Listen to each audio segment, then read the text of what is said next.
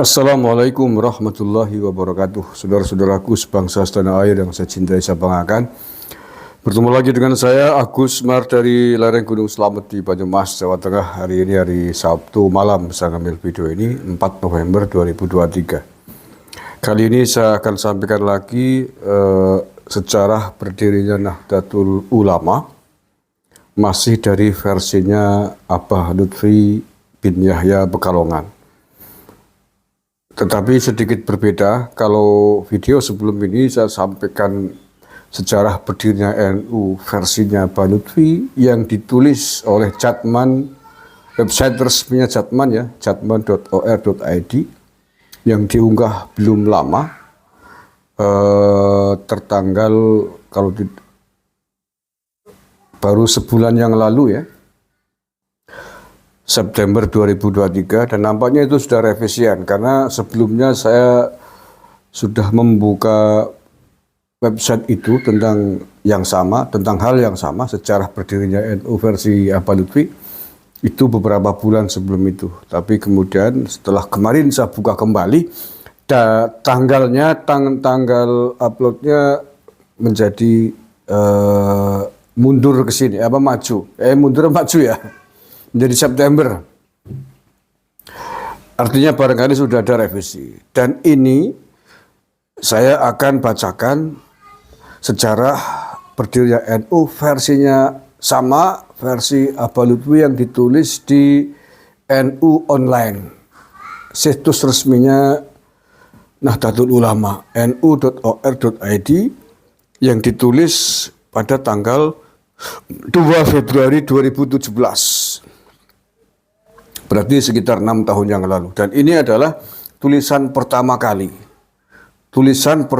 yang menceritakan sejarah berdirinya NU yang berbeda dari sejarah berdirinya NU yang selama ini dipahami oleh NU, yang mana sejarah berdirinya NU selama ini yang dipahami adalah sebagaimana penuturan pelaku sejarahnya, yakni Kiai Asnad Syamsul Arifin. Videonya masih banyak beredar.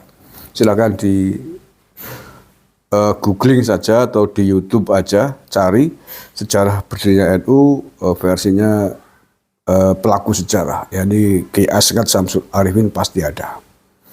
Dan ini saya bacakan versi Abah Lutfi yang berbeda dari versi pelaku sejarah sebenarnya yang ditulis oleh NU Online atau nu.or.id pada 2 Februari 2017.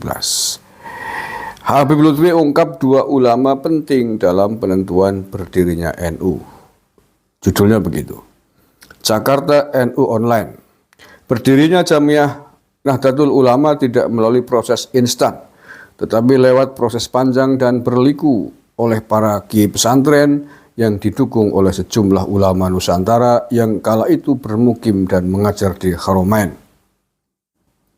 Menjelang NU berdiri, Habib Lutfi bin Yahya Pekalongan menjelaskan bahwa ulama-ulama di Haromain berkumpul, termasuk Kiai Haji Muhammad Hasyim Asy'ari yang saat itu juga berada di Mekah, dan berusaha menyampaikan maksud pendirian NU kepada para gurunya.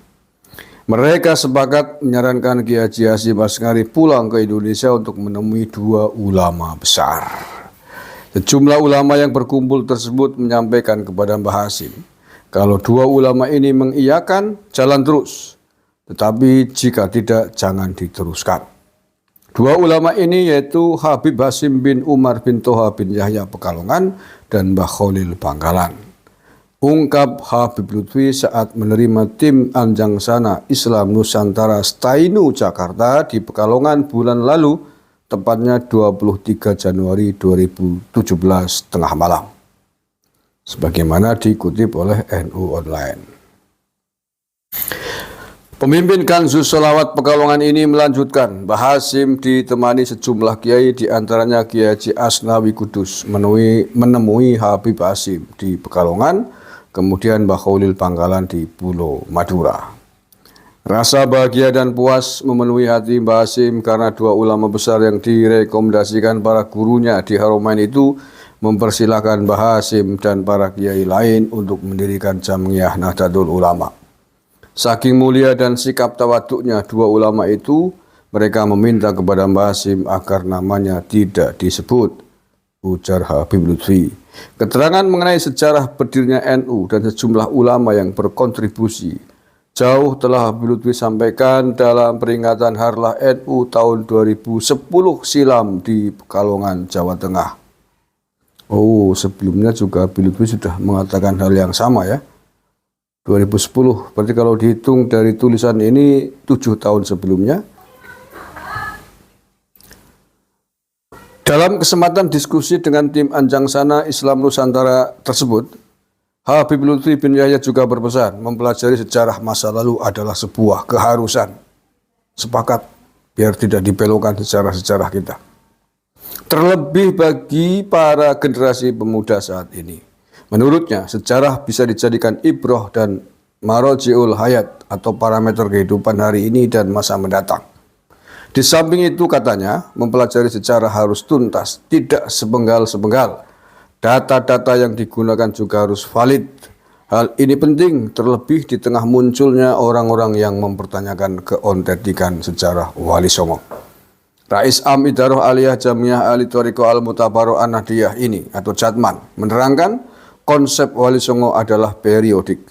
Setiap wali menggantikan posisi wali yang lain. Di era Sunan Ampel dan Maulana Malik Ibrahim, Sunan Geseng, Sunan Tembayat adalah bagian dari Wali Songo. Jadi, nama-nama Wali Songo yang makamnya sering disiarai tidak semuanya hidup dalam satu periode. Atas saran Habib Lutfi terkait peran Habib Hashim dalam pendirian Nahdlatul Ulama, tim Anjang Sana Islam Nusantara yang terdiri dari 17 orang itu meluncur ke makam leluhur Habib Lutfi tersebut yang terletak tidak jauh di Komplek Makam Sapuro Pekalongan pada hari Selasa 24 Januari dini hari. Ini yang Selasa dini hari saat ini ditulis ya, 2017. Oke, ada satu hal yang saya sepakat dengan beliau Abah Lutfi, yakni bahwa mempelajari sejarah itu harus tuntas, tidak sepenggal-sepenggal. Data-data yang digunakan juga harus valid. Hal ini penting terlebih di tengah munculnya orang-orang yang mempertanyakan keautentikan sejarah Wali Songo. Data-data yang digunakan harus valid, akurat. Saya sangat sepakat. Dan terkait hal ini, saya kira kita perlu atau kita membutuhkan data-data sumber sejarah yang valid, yang akurat terkait dengan sejarah berdirinya NU sebagaimana dikisahkan oleh Abah Lutfi ini. Yakni bahwa ada dua ulama yang berperan besar. Yakni tadi Habib Hashim, kakeknya Abah Lutfi.